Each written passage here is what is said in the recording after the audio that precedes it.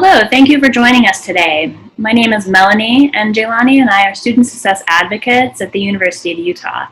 And in many ways, our name says it all. We are here to help with student success.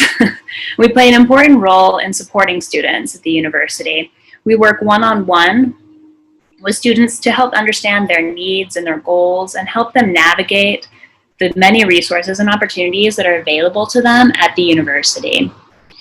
We see students holistically, which means that we understand that their academic and their non-academic worlds are connected. And we consider ourselves one of the building blocks in creating a support system while students are in school. We believe this is especially important at a university as large as the U, with so many students, so many buildings, so many parking lots. We just know that it can be hard to know where to start, especially if you're a freshman.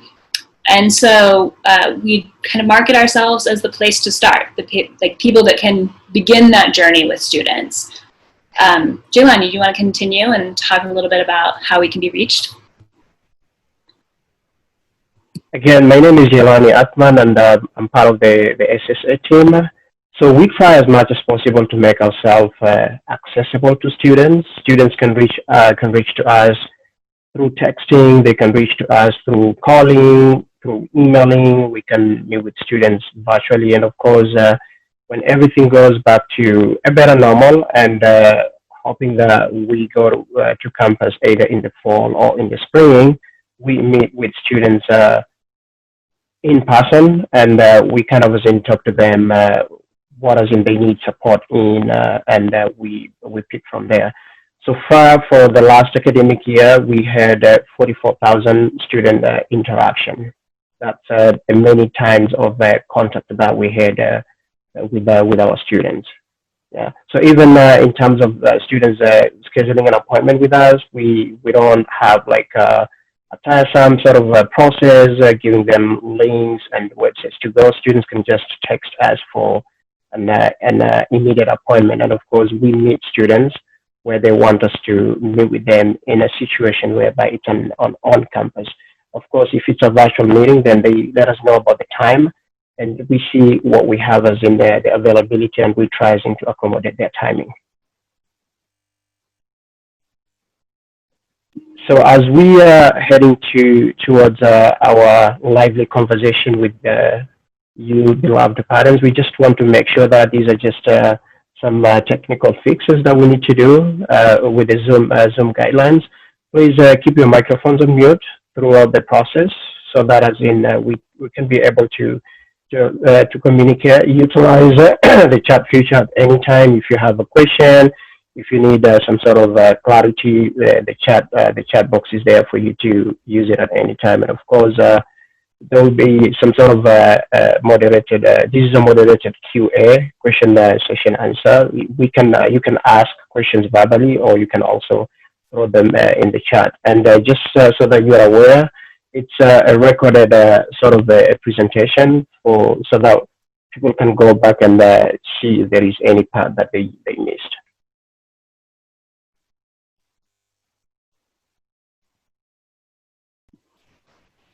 So one more thing before we get started with questions.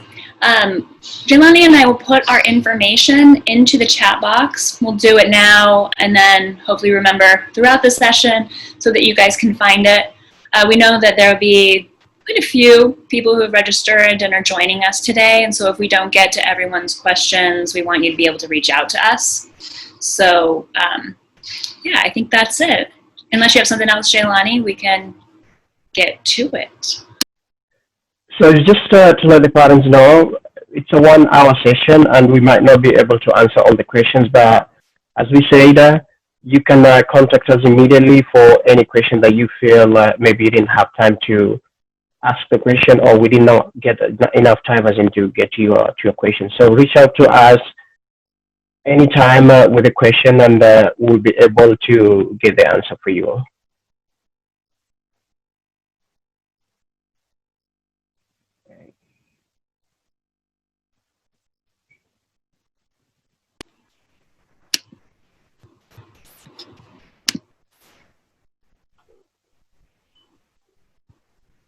Is anyone ready to be our first person to ask a question?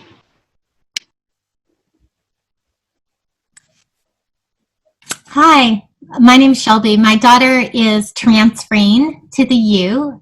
She's from California and did her freshman year in Texas. And I just want to make sure that, you know, with her living off campus and so many of the classes being online, that she actually has the opportunity to meet people and to also feel like she's really part of the university. So just wondering what you guys might suggest. So one place to begin, I mean, I should preface this with, we are still learning how to create these relationships in this like crazy dynamic.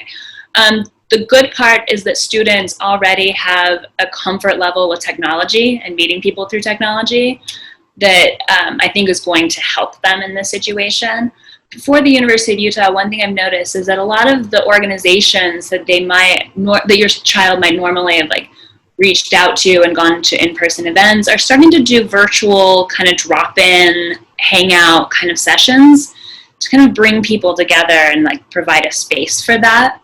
I think that that students will probably need to be a little bit more proactive in their classes as well to create those kinds of groups.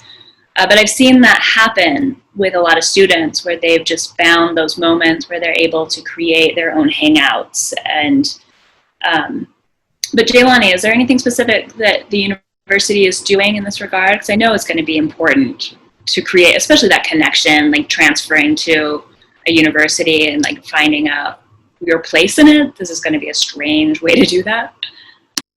So what we have been advising students to do is try to find a community on campus, and that can be through maybe joining a student group. Like we have, and I was searching for the website. I think I copied place. It's get involved. So students are encouraged to kind of as in go to the website that hosts all the student groups and kind of as in see what student groups aligns to the students' interest in terms of the activities that they do, in terms of how they get to meet each other. So students are encouraged as in to do that. And I think with your daughter being a transfer student, I don't think at this time she can join a learning community, because for the incoming freshmen, we really encourage them to be part of the learning community so they can kind of as in develop a friendship within an academic sort of setup. And this is through the LEAP classes or the Block Q classes, or we have Fast Teacher and Scholars. All these academic sort of oriented learning communities where incoming freshmen are encouraged. And of course, while they're part of those learning communities, they're also getting us in credits towards their gen ed. So I'm going to drop us in that link where the student can just go look at how many student groups. We have over 600 plus student groups with different objectives, with different purposes, and of course their calendar of events. It's also on their website. And then somebody just posted there's a student fair on July 29th. Yes. Okay. Yeah. So that will be for the student groups, where they'll be kind of as in talking to their peers on what they do, actually recruiting people to their student groups to meet. Yeah. That's good. We did have a couple questions in the chat, Jaylani and Melanie, about kind of our parent and family orientation and some parent and family programs, so I'm happy to hop in and answer those. Hi everyone, my name is Madeline Bird and I'm an assistant director in the Office of Orientation and Transition, and I work specifically with parent and family members. So after move-in, we got a question as if there will be an on-campus parent orientation or other parent activities after move-in. At this time, there isn't anything planned at that point, just because of safety concerns. Also because move-in is going across 3 days instead of just 1 day, it's a little bit hard to plan around that. Another question that we got is Parent and Family Weekend going to happen? So right now, Parent and Family Weekend is scheduled October 16th through 18th, which would technically be homecoming, happening. This would be University of Utah football against the University of Washington, Washington State University. Right now that is still scheduled to happen. However, tickets have not gone on sale quite yet because athletics is still determining the safest way to host our athletic events with fans. So we'll keep you updated on that. A great way to stay updated on this is to like our parent and family Facebook page, and also check back with our University of Utah orientation website. So please hold on Parent and Family Weekend. Cross your fingers, like put your good vibes out into the universe, because we really hope that it can happen, because we absolutely love Parent and Family Weekend. I'm going to go ahead and also drop our information on Parent and Family Orientation in the chat on how to get access to that, because we do have a virtual Parent and Family Orientation that we're hosting kind of via Canvas, which is a learning management portal. So stay tuned for that information in the chat, but that's kind of all encompassing for Parent and Family Orientation.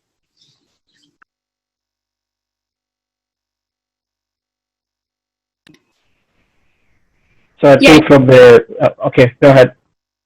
I was just going to say very quickly, just to remind you all, like some of the questions that you have in the chat, especially, or like conversations that we have, if there's a specific link that you might need for the university, the orientation people are working very hard to monitor that. So you can look for links and information in the chat box. So I just wanted to remind you that that was happening. We're kind of having two conversations at the same time.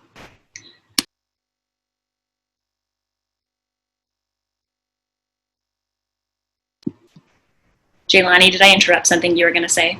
No, that's totally fine. So there was a question asked by a parent regarding a student told to contact the math department for placement test. So that will be through the testing center.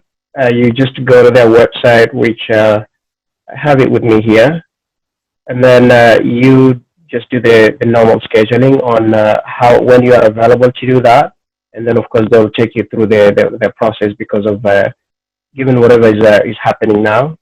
Either it can be taken online, or it's something that the student can take in the office. So it's not actually the math department, but that test will have to be through the testing center. I'm pulling my website again.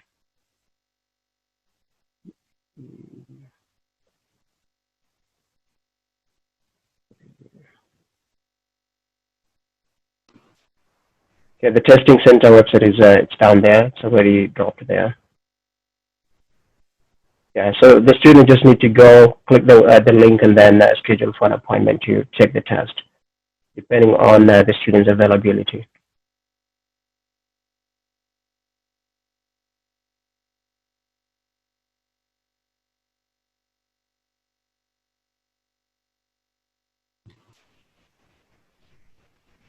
So one of the things that I see pop up a lot, and I saw were like posted in questions beforehand, are COVID questions, and I'm wondering if we ought to maybe tackle that right now. I know that one of them, like a lot of them are around housing, and I do want to say that people at the University of Utah are doing incredible work, kind of changes every day, but watching their website and paying attention to what like the specific decisions that they're making is going to be really important to understand like how they're managing that to make sure that everybody is safe on campus. I know that other people have questions about quarantine before coming to the University of Utah if you're bringing your child in from out of state. Currently, Utah does not have any quarantine laws, I guess, or expectations. I would probably advise that you do it. I mean, I guess it's a personal decision, but I don't think it's a bad one to make that choice to quarantine before coming to Utah. But I do want to open up that space and give us a little bit of time. At the same time, I worry that we probably won't have perfect answers for you because everything is changing so rapidly. And so I just want to put that out there beforehand, but please, if we want to have that discussion, I'm more than happy to answer specific questions. Jaylani and I are happy to answer those questions.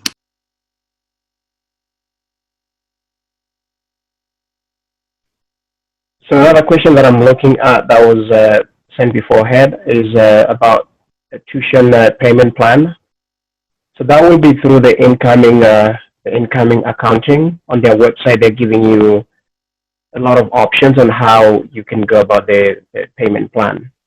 So about the payment plan, and of course, how also you can pay your tuition if you're planning to pay the full amount. And I'm pretty sure it's gonna be so. The link will be dropped just in a few minutes or seconds. We have people who are working on those links and websites. And then also there was a question about how do I kind of as in know my FAFSA amount, if there are any scholarships that I was rewarded. So that will be through the student CIS, that is the Central Information System, or also known as, they call it as Canvas. And the students can log in through their student ID and of course also personalized sort of password. And it's something if a student want to be shown or taken through the process, one of us will be more than happy to do that. So you can reach out to us, and we all have access to our own accounts, which is we have a portion of a student page, so we can show them how to look for your FAFSA, how much do you owe the university, and all sort of things.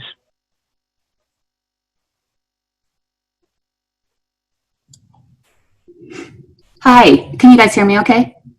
Yes. My name is Lindia. My son is an incoming new freshman coming from Nevada to Utah, so just kind of next door neighbors. Obviously, COVID, I think, is on all of our minds. And the safety of our kids heading out into the real world and having the opportunity to live in dorms with roommates and folks they don't know. I'm curious from the spring semester for the past school year, like what precedents might have been set from the university with regards to sending students home, migrating over to online classes. Was that impacted by any tuition rebates when that out of classroom experience was taken away from the students earlier this spring?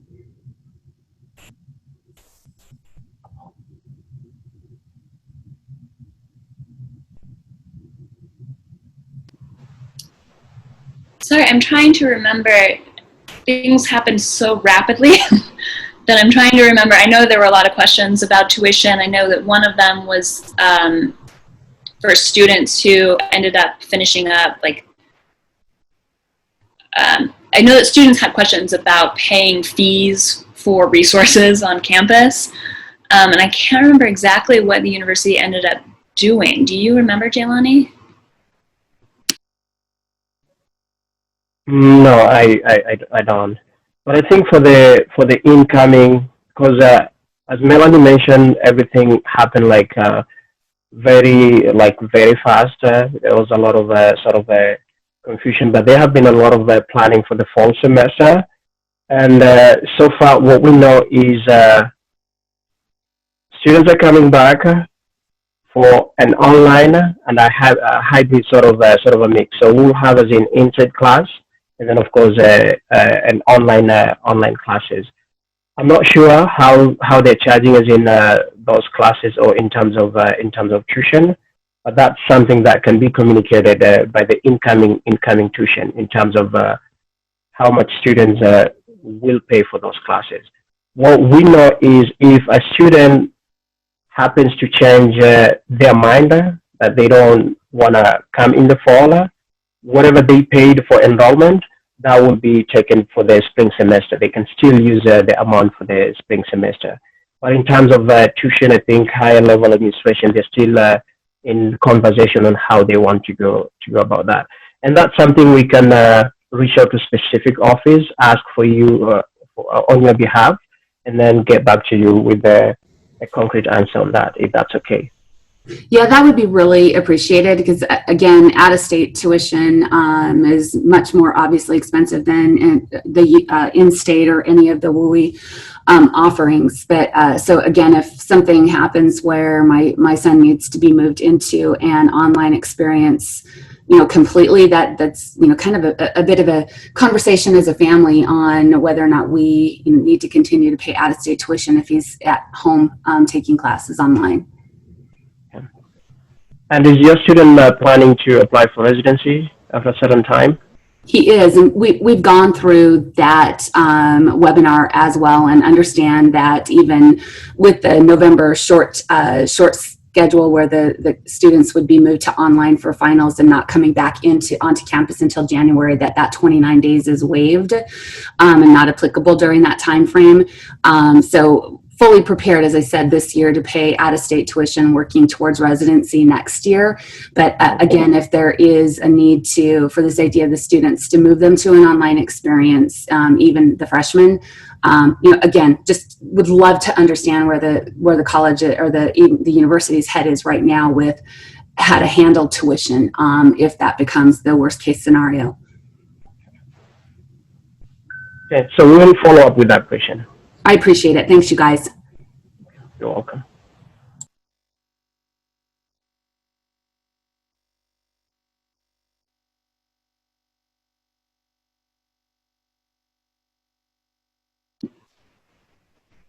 I just saw a question about mandatory testing for all students. My understanding is that the university is not going to be doing that. It could change. A lot is changing and changing quickly, but that's not something that I've heard. Jaylani, have you heard differently? So it's just a requirement of putting on the masks and kind of as in making sure that we try to maintain high level of hygiene. But I don't think, or at least I'm not aware of conversations about the mandatory testing. Hello, can you hear me? Hello? Yes, we can. Oh, okay, perfect. Okay, my question is, I understand they're going to reduce the cost of the residency, or not residency, the housing and the meal plan. However, I checked just yesterday and I haven't seen any updates. Do you know when they're going to come out with the new cost?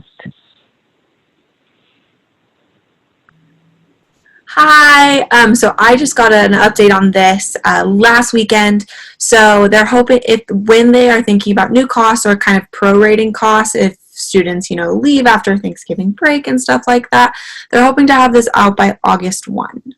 Well, August 3rd, because that's the Monday. Okay, so then I have a follow-up question on that. If they're not going to do that till August 1st, I know the payment plan starts July 21st. How would I know what my payment plan will be if they haven't come out with the final cost? Yeah, so with those prorated rates, like the first kind of payment, from what I understand, and I'm going to drop some more contact info in the chat for one of the assistant directors in housing, who is absolutely wonderful and can look at your specific kind of file. But like the first payment wouldn't be different even if their costs are different, because they'll lessen the following payments. Does that make sense? Like they'll kind of prorate over payment schedule. Okay, that makes sense. Okay, but August 1st is when everything's coming out. Should be, yes. Okay, great. Thank you. You're welcome.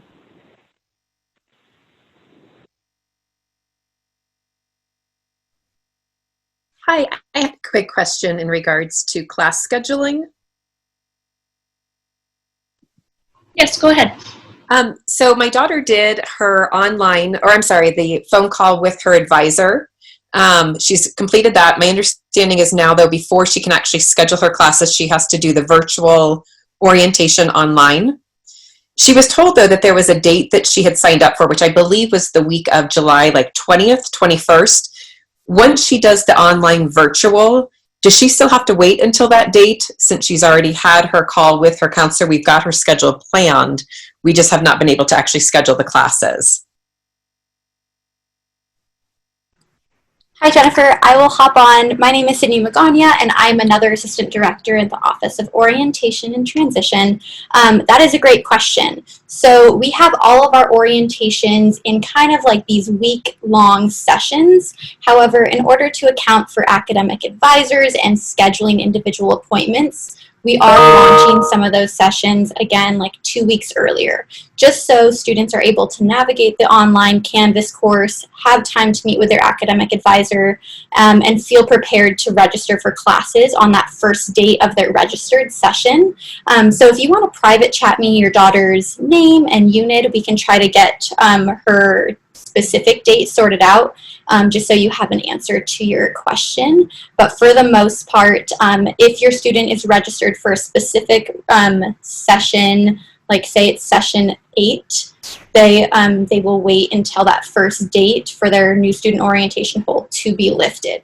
However, in the weeks prior, they should be completing their virtual orientation, connecting with their academic advisor in order to be ready to register for classes on that first date. But happy to help you in an individual chat for more details.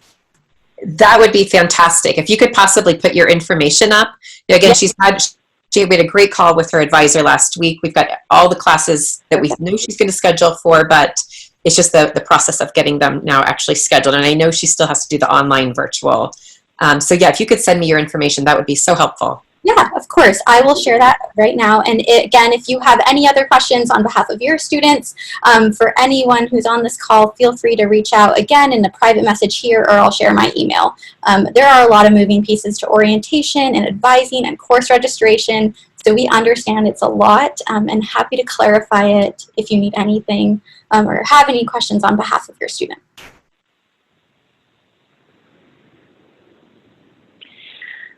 I have a question about the dining. Is it 100% going to be takeout for the fall semester, or are they looking into possibly opening up the dining room and having like every other table or outdoor dining to eat in, as opposed to taking out all their meals to their dorm rooms? That's a great question. And last we heard they were going to be exclusively doing takeout, like whether or not a student like takes out and they just take it outside of the Peterson Heritage Center, that's up to them. But at this point in time, the dining room is not currently open. Okay. Mm-hmm.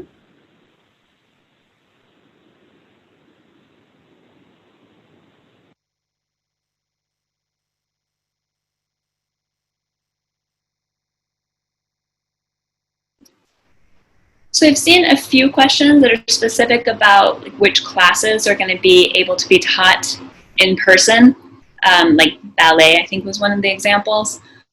I think that they're going to do their best. I mean, they're definitely prioritizing getting freshmen the experience of being in the classroom as much as they possibly can, and then also recognizing the needs of some specific disciplines that really require you to be in the classroom.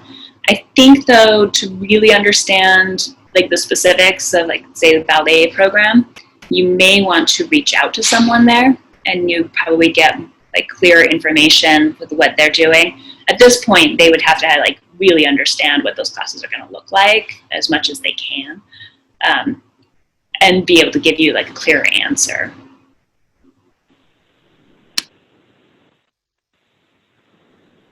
And there was a question too from one of the parents that your student cannot reach, since there is some sort of hardships in terms of accessing an academic advisor. So it would be helpful if we can get the student contact info, and then knowing also the college or the major that she's planning to be in, and then we can facilitate that. Is that parent here with that question? That your daughter cannot schedule an appointment with an academic advisor? Okay. Just in case if you're the one, we'll just need your daughter's information, name and student ID, and then of course the major, so that we know which advisor we are reaching out to, and then we can connect the two of them. Yep, and I think I caught the tail end of that. Sorry, I'm trying to respond to some messages. So if it is a question about academic advising, go ahead and send me an email or a private chat with that information. I don't want you to have to share that with like the entire group. And I am happy to connect your daughter specifically with the college coordinator of her specific college so we can get everything worked out in a pretty timely manner for you. I have a question about the gym. Will the gym be open at all for the fall semester, or is that closed down as well?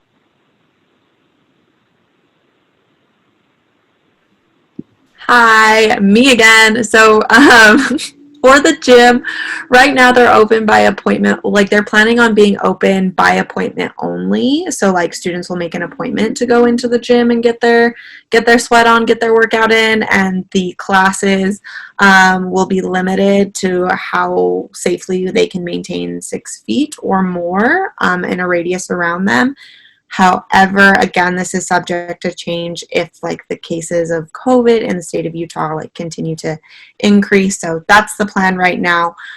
One thing I definitely recommend for anyone who's a member of the University of Utah community, whether like you're a parent and family member or like students, is liking the University of Utah Facebook page and following them on Instagram, because a lot of kind of real-time updates will go through there. And we try to push out comms via email as soon as possible as well. Okay, thank you.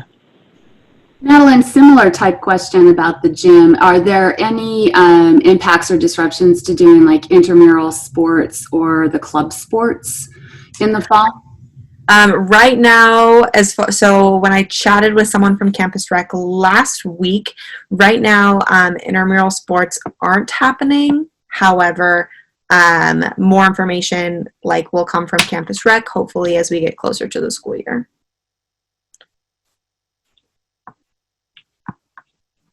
Which is a bummer. I'm an intramural basketball champion, so I'm pretty sad about that. A long time ago. And I'll ask another question, not on the topic of fitness, but with regards to move-in day, will there be restrictions if both parents are hoping to help our students move into the dorm? Would only one parent be allowed? Or is that, again, just going to be, I don't want to call it a free-for-all, but what were the guidance there on move-in day? Yes, there's a lot of guidance for move-in, and I'll drop also kind of the website in here. As far as I'm aware, like there's no more than 2. So sometimes we do have students who want to bring their whole family. That probably won't be an option, but hopefully both parents can get into the room depending on your assigned move-in time over that 3-day span. And I'm about to drop my contact information in the chat again. Just if you have questions specifically about parent and family programs, happy to help out with those.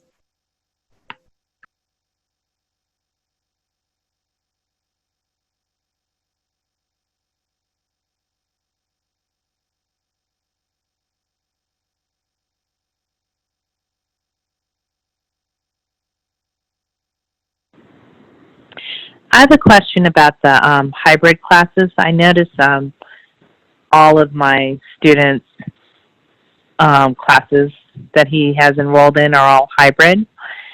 Are they going to do like, if it's a Tuesday, Thursday class, would it be like A through E comes on Tuesday? How are they going to figure out what students come on Tuesday or Thursday?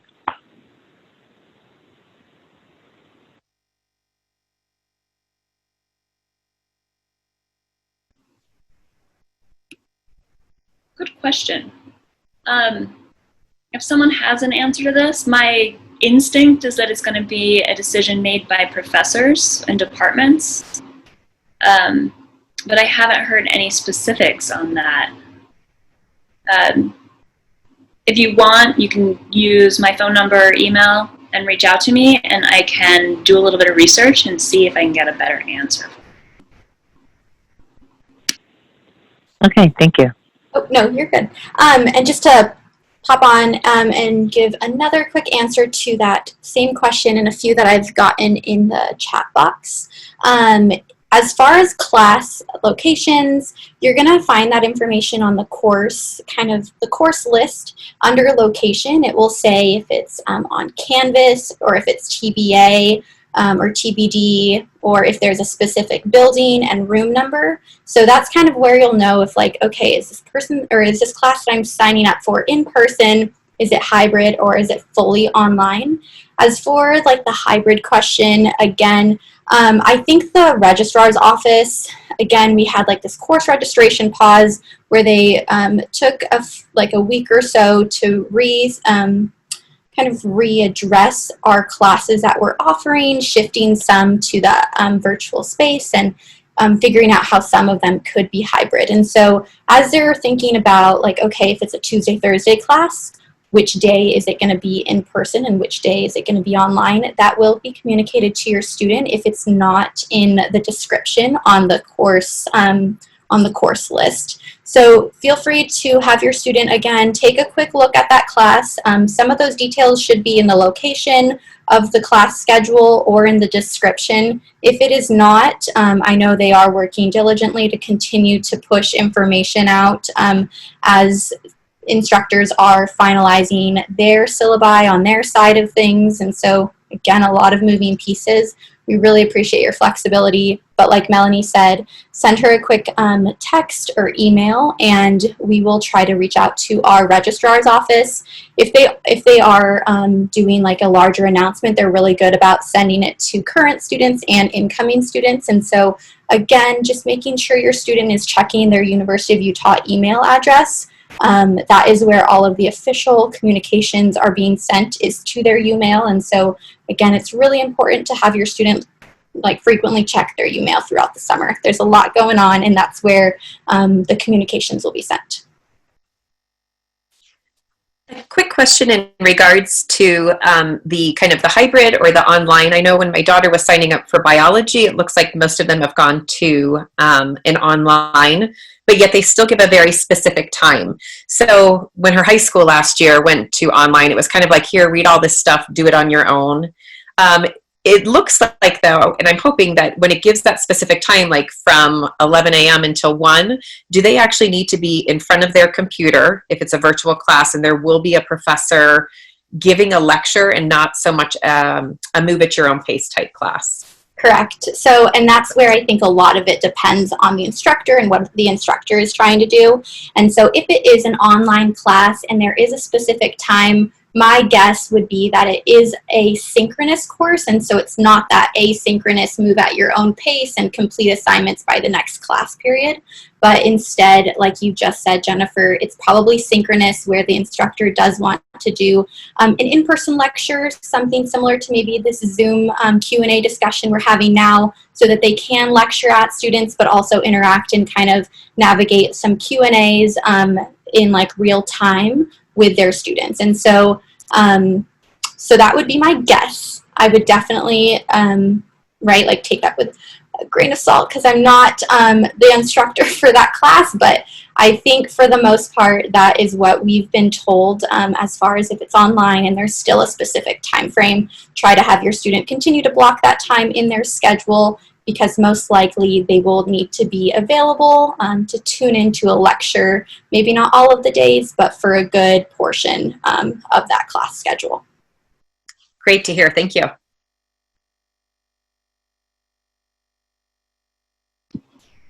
I've seen a couple questions about wearing masks or having a mask requirement in dorms, and I was looking over their website and doing it quickly and couldn't get like a clear answer, so I don't know if like Sydney or Madeline, you have a better idea. My assumption is that the mask requirement will be in like common areas. Yes? Okay, yeah, so there is a mask requirement and it'll be in the common areas. Hi, I have a question. Being from out of town, how safe is the area right around campus? So like if the kids were to take the tracks into town, or if they live in town and they come in, I did see a lot of homeless people like in the area. I don't know if you know that has an effect on the safety of the transportation or not.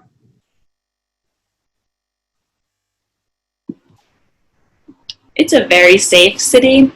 I live right downtown and have always felt comfortable riding tracks, riding the buses here. I've never had issues. Utah does, I mean, like a lot of cities.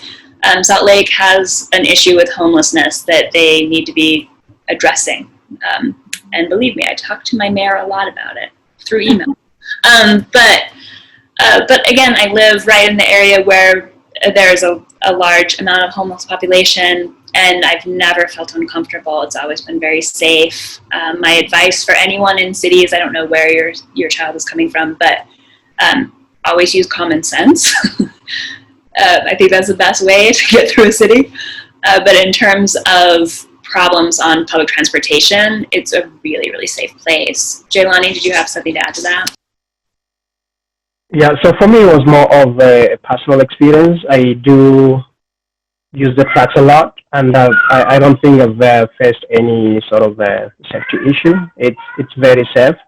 Of course, given the COVID situation, I don't know what the health guidelines are for that, but in terms of the physical safety, I think it's safe. Okay, great. Thank you very much. Mm-hmm. And then I'll just go ahead and jump in and follow up and just plug our campus safety virtual event that we are hosting next Wednesday. There will be folks from our office, the student success advocates will be helping facilitate this in collaboration with our university police department and campus safety folks. And so I know that they've been working on creating a stellar presentation. Again, I'll have Madeline see if she can drop the link to register for that virtual event. If you can tune in, go ahead and register. If not, all of these, again, like Jelani said at the beginning of the session, they are being recorded, so we can go ahead and post them and share them out with folks who maybe were busy at this time or not able to tune in on this specific day or time.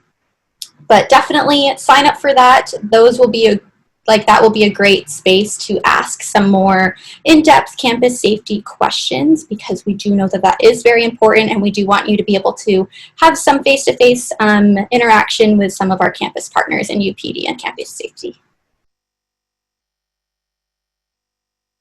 And kind of on a related note, I know that there's been a few questions about student IDs and when those will be issued, especially since those are kind of how students will have free access to tracks. In the past, students would receive their student ID and we call them U cards. And so students would receive their U cards at the end of an in-person orientation during the checkout process. So obviously that looks a little bit different this year. The U-Card office is still working through logistics on how they're going to go about distributing all of these U-Cards to our incoming students. And we are working in collaboration with them on making sure that that is taking place in a safe and socially distanced kind of manner. We are also collaborating with housing to see maybe how we could integrate some of the U-Card distribution in some of the housing move-in events. So again, we don't have an answer for you today, but we will be pushing out communications to your students through their campus orientation or just through a large communication from our office, because in the past, typically U-Card distribution was in collaboration with new student orientation. So we're still working around that, but that is definitely on our to-do list, and U-Card office is thinking through the best way to get that to your students. So I've seen a couple questions about Salt Lake being in orange status. The most recent information that I've seen from the governor is that he is going to review that at the end of the month. And so I think that this kind of August 1st, beginning of August deadline is kind of an important one for making final decisions at the University of Utah.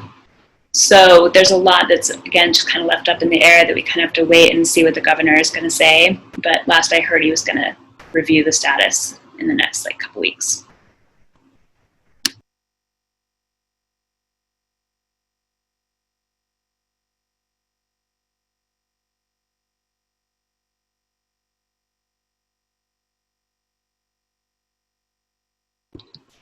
Oh, I saw a question about medical insurance too. Oh, there it is. You guys answered it. Yes, it is available, and there it is in the chat box. There's a link for that.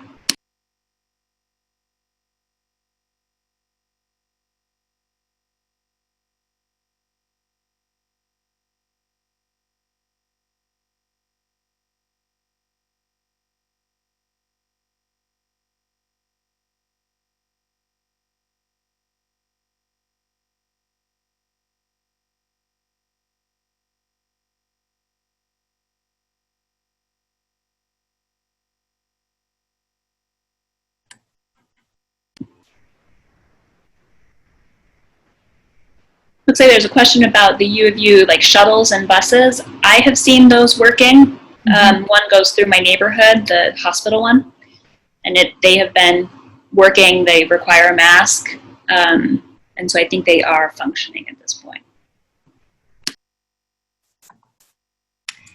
If one of our students were to get COVID-19, what's the process? Do they go to the health center? They call the health center? Would they be hospitalized at University of Utah if necessary? Even if they don't live on campus, what's the idea there?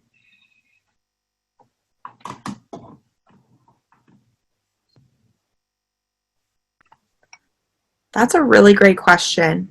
And so like for students who are living on campus, like they'll be able to isolate and quarantine like in their room.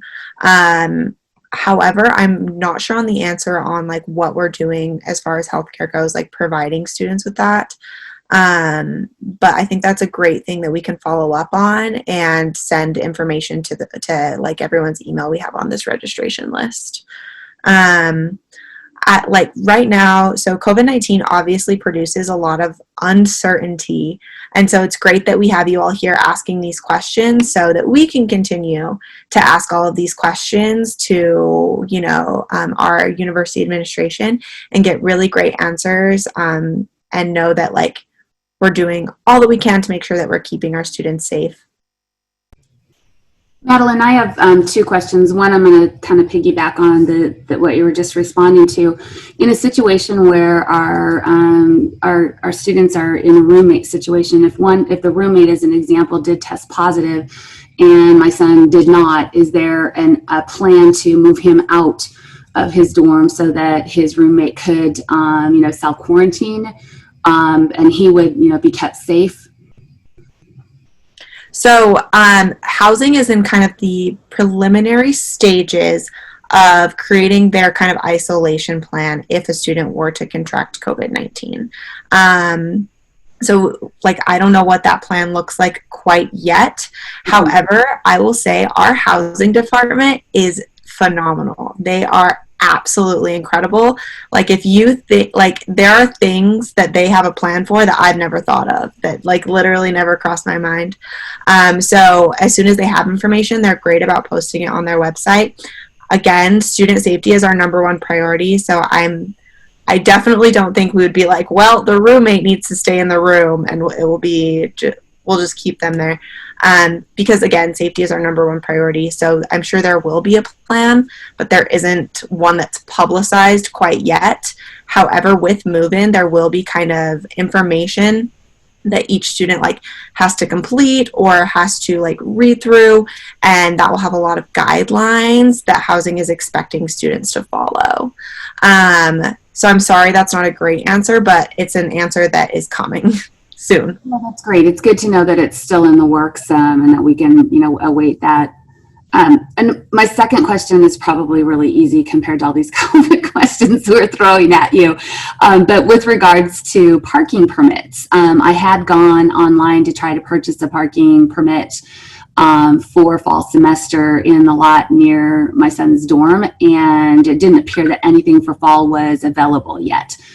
Do you know, maybe it's a timing thing, but do you have a date when parking permits can be purchased?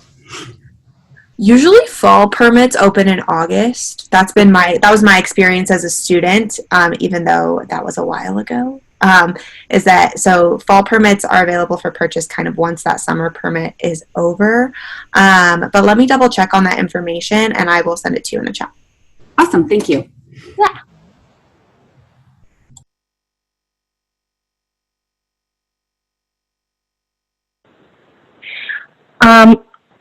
I have a question about the move-in date. So we had requested and did the sign-up sheet for Friday, and I never got a confirmation email. And will I get a confirmation email saying that, yes, we're good to go for that particular day or not? Yeah, so that will be in your student's housing portal. So where they kind of logged in, filled out the application, all of that stuff. They have their own housing portal, and all of that information will be found there. Any confirmation emails as well will be sent to your student's university email account, so make sure that they're checking that.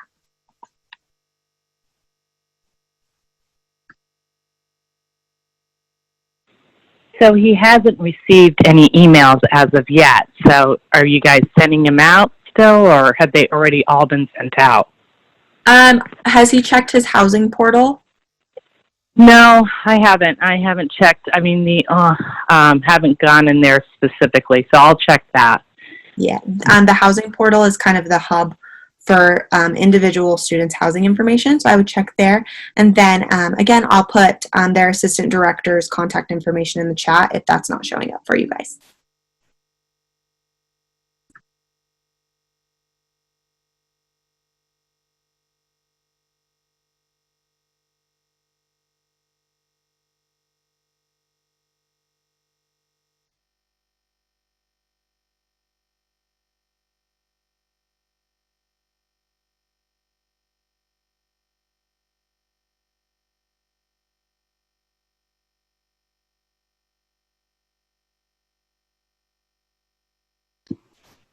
I think there are a couple questions about move-in dates and when the university might make a decision about being like all online. And again, like there's still so much that's unknown, so don't quote me on this. But my guess is that we're going to have a lot more clarity on this subject once the governor makes a decision about whether or not to move from orange to yellow. So I would say the end of July, beginning of August is going to be when there's a lot more. The university will make firmer decisions. And so, yes, that would happen before a move-in date. I think that one of their nightmare scenarios is that you get everybody in and then they make a decision to switch everyone to online classes. I think they're really trying to avoid creating too much disruption in students' educations like that.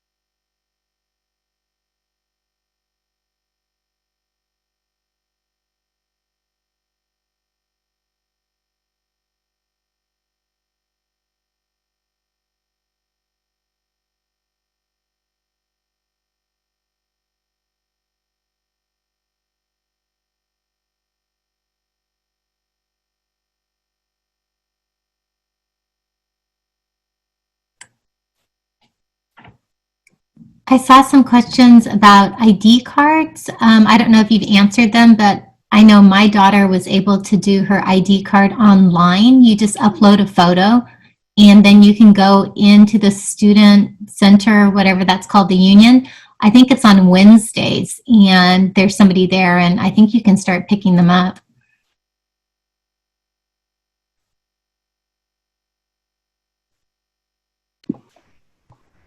That's great information. Thank you for sharing that.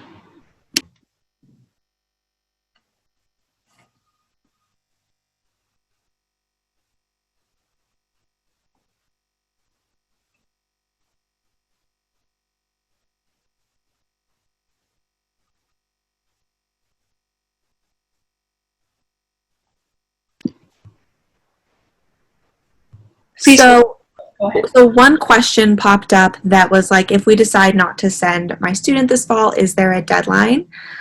So the Office of Admissions has come out and said that deferment for COVID-19 related issues is now an option, which is great.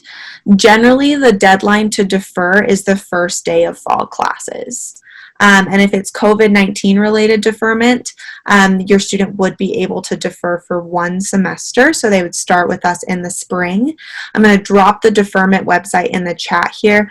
Again, generally the deadline to defer would be on the first day of classes. Just to add on that, so if a student is planning to defer for a semester, the student might want to be aware of some of the scholarships offered by the University of Utah. These are scholarships offered to the incoming freshmen. So before making that decision to defer, to the spring semester, or deferring the fall semester, they may want us to talk a little bit about how that scholarship is gonna work. They may end up losing the scholarship.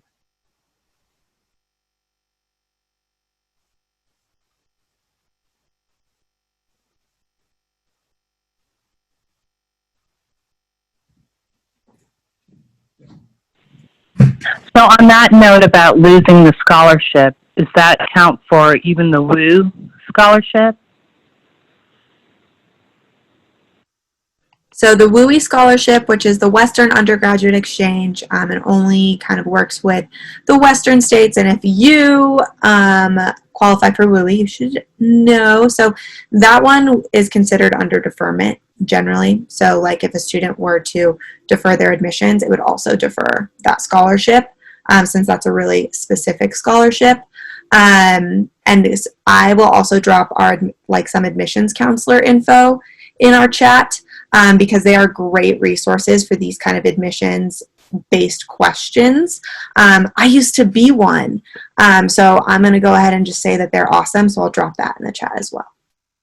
I do just want to thank everyone. I know that we have had less than perfect answers about COVID, and your patience is really appreciated. I wish we had more concrete information for you, and we really are crossing our fingers it comes in the next few weeks, but I do want to thank you for being patient with us, and we're going to do our best to keep your students safe and make the decisions that need to be made. That is the priority. And again, want to remind you that Jaylani and I are around. Our information is in the chat box. Please feel free to reach out to us if you have any other questions. We can get you in touch with the right organization if we're not the right person, but we're definitely willing to help in any way that we can. We know that there's, in a good year, parents have a lot of questions when they're sending their students to school. So we know that there's just so many more that could be happening. We're just here to help in any way that we can. Looks like our hour is up. So again, please reach out if anything comes up. We're happy to help. And thank you so much for joining us today and making this a really enlightening discussion. You brought a lot of things to my attention that now I feel like I need to start trickling up and being you need to get these questions answered for the parents and the students. So we really are grateful for your willingness to participate in this and to ask us great questions. So thank you very much. Thank you. I'm looking forward to working with your students when they're finally with us and keeping them safe as much as we could.